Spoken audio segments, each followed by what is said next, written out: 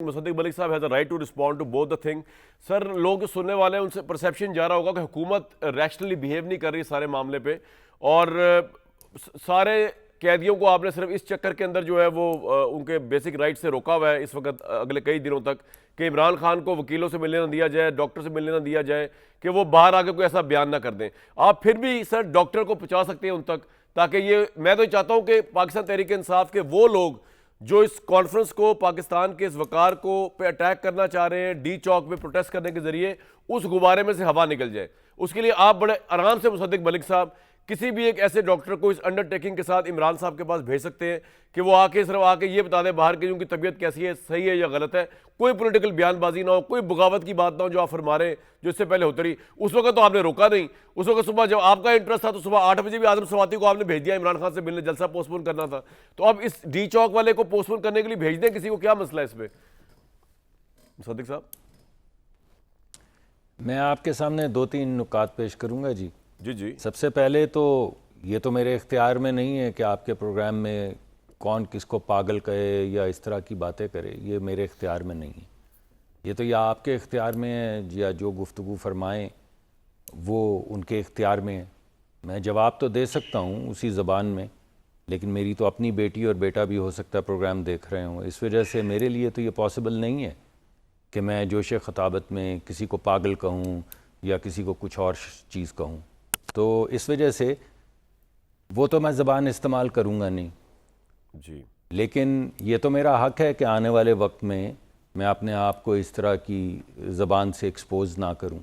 ये तो मेरा हक़ है जी. अब मैं आपको ये कहना चाह रहा हूँ कि नवाज़ शरीफ साहब का आपने ज़िक्र किया. नवाज़ शरीफ साहब कैद में ही थे, और जितने भी डॉक्टर्स जिनका आप ज़िक्र कर रहे हैं, ये सिर्फ सब जेल डिक्लेयर करने के बाद उस वक्त की सरकार जो पंजाब की हुकूमत है वो ख़ुद अपने डॉक्टर्स लेके गई थी. नवाज़ शरीफ अपने डॉक्टर नहीं लेकर गए थे.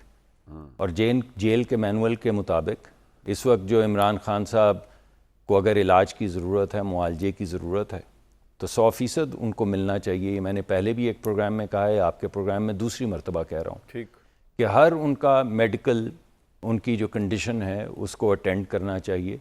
और जेल के कवानीन के मुताबिक जिस तरह के भी डॉक्टर्स हैं उन्हें ज़रूर जाके देखना चाहिए. और अगर डॉक्टर्स ये समझें कि उनका हस्पताल जाना मुकर्रर है तो उन्हें हस्पताल भी जाना चाहिए. दूसरी बात यह है साहब कि जो दहशतगर्दी की बात कर रहे हैं, दहशतगर्दी तो मुल्क में हो रही है, और जब दहशतगर्दी हो जाएगी तो फिर आप पूछेंगे कि आपने रोका क्यों नहीं. अगर इंटेलिजेंस, और मैंने आपको पहले भी ये कहा है कि मेरा ये महकमा नहीं है, मैं इंटीरियर को देखता नहीं हूँ, ना सिक्योरिटी के अवामिल को देखता हूँ. अगर कोई क्रेडिबल इन्फॉर्मेशन है दहशतगर्दी की, तो जिस तरह अभी हमारे जवान शहीद हो रहे हैं, हर जगह पे दहशतगर्दी हो रही है, पुलिस और आर्मी के बावजूद हो रही है, और लोग भग से उड़ रहे हैं. ना सिर्फ हमारे सिटीजन्स, हमारे बच्चे बच्चियां मर रहे हैं, बल्कि हमारे इर्द गिर्द के हमारे मेहमान जो आते हैं उन पे भी हमले हो रहे हैं और दहशतगर्दी हो रही है. और अगर एक क्रेडिबल इन्फॉर्मेशन है, जैसे अगर ऐसी है, जैसे मोहतरमा के मुतल्लिक, बेनज़ीर शहीद के मुतल्लिक इन्फॉर्मेशन आई थी, तो वो अगर इस तरह की कोई इन्फॉर्मेशन है तो उस वक्त की हुकूमत के ऊपर जहाँ ये फ़र्ज़ है कि वो तमाम हकूक़ की हिफाजत करे, वहाँ पे ये भी फ़र्ज़ है कि किसी दहशतगर्दी की नज़र कोई और एक लीडर ना हो जाए, या हमारी सियासत जो है उस दहशतगर्दी की लपेट में ना आ जाए. तीसरी बात आपने जो की इस कॉन्फ्रेंस की, तो भाई बात यह कि मुझे इसमें गम तो है लेकिन हैरानी नहीं है. यानी आज से 9 साल पहले जब CPEC हो रहा था और चीन के सदर आ रहे थे, आरबी प्रीमियर आए हुए हैं, 20-30 बिलियन डॉलर की इन्वेस्टमेंट करने आ रहे थे, और लोगों ने मिन्नत समाजत की खान साहब की कि 2 दिन के लिए, 3 दिन के लिए सिर्फ मौखर कर दें धरने को, ताकि चीन के सदर आ जाएं, ताकि मुल्क की तरक्की ना रुके. तो वो नहीं हटे, उन्होंने धरना दिया. 1-1.5 साल के लिए तरक्की मौखर हो गई. फिर जब IMF चली तो आपके सामने उस वक्त के वज़ीर ख़जाना जो हैं, उन्होंने 2 वज़रा को फ़ोन किया जिसकी रिकॉर्डिंग सामने आ गई कि आप IMF को ख़त लिखें. एक मान गया, एक नहीं माना. दोनों मुअज़्ज़ज़ हैं, ठीक है. लेकिन ये कि खान कह रहा है कि इसको हमने सैबोटाज करना है, और खान कह रहा है कि ये ख़त लिखो वरना IMF का मुआहदा हो जाएगा, उससे आपको पता चल जाएगा कि PTI क्या करना चाह रही थी. اس کے بعد جب ابھی پی ٹی آئی دوبارہ سے ہمارا آئی ایم ایف سے معاہدہ ہونے لگا تو انہوں نے نیو یارک میں پروٹیسٹ کیا. اس سے پہلے ملینز آف ڈالرز خرچ کے, اور وہاں پہ جو کانگریس ہے اس میں پاکستان کے خلاف ریزولوشن پاس کروائی, پاکستان کے خلاف, کسی حکومت کے خلاف نہیں. تو اگر آپ ان تمام نقطوں کو جوڑ لیں, دشمن ہو گئے ہیں آپ اس طرح ٹریٹ کر رہے ہیں. جی مجھے نہیں پتا, یہ میں اس پہ کوئی میں کوئی اس پہ تبصرہ نہیں کروں گا, کیونکہ میں وہ زبان, میرا آج لمبا دن تھا تو میں وہ جو زبان بولی جائے گی اس کے جواب میں I don't want to deal with it. اس وجہ سے میں بڑی صاف آپ کو بات بتا رہا ہوں کہ یہ تمام چیزیں آپ خود سے جوڑ لیں.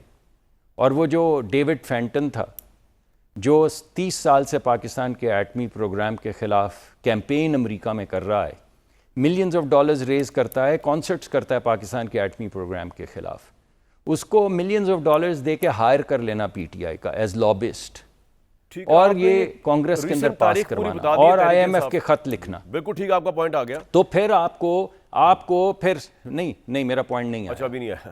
پھر آپ کو کس بات کی حیرانی ہے بھائی, کس بات کی حیرانی ہے آپ کو کہ اگر صبح ایس سی او کی کانفرنس ہو رہی ہے تو عمران خان صاحب اور میرے سارے دیگر دوست جو ہیں وہ پروٹیسٹ کرنے آ رہے ہیں. یہ تو ان کا پرانا کام ہے. میں نے آپ کو بھی ایگزامپلس دی, میں 5 اور بھی دے دوں گا آپ کو. ٹھیک ہے, آپ کو پریشانی کس بات کی ہے, اس میں کون سی ایسی چیز ہے جو نہیں ہے. یہ تو وہ جب ملک آگے بڑھنے کی لگتا ہے. ابھی ملیشیا کے پرائم منسٹر یہاں تھے, موجود تھے جب انہوں نے یہاں پہ آ کے یہ پروٹیسٹ کیا جس میں ایک سپاہی مر گیا. ابھی وہ موجود تھے اس دن. تو اس دن کیا تھا, یعنی آپ ریڈی ہیں کل کے پروٹیسٹ کے لیے. کہنے کا مطلب یہ ایک طرف آپ سے مراد آپ کی گورنمنٹ کی بات ہو رہی ہے نا, یعنی آپ ریڈی ہیں. پھر آپ اتنے سالڈ آرگومنٹس دے رہے ہیں اپنے حق میں, آپ کہہ رہے ہیں کہ جی یہ تو یہ اس طرح کے لوگ ہیں, اس طرح کے لوگ ہیں, تحریک انصاف والے, ان سے تو بات ہو ہی نہیں سکتی.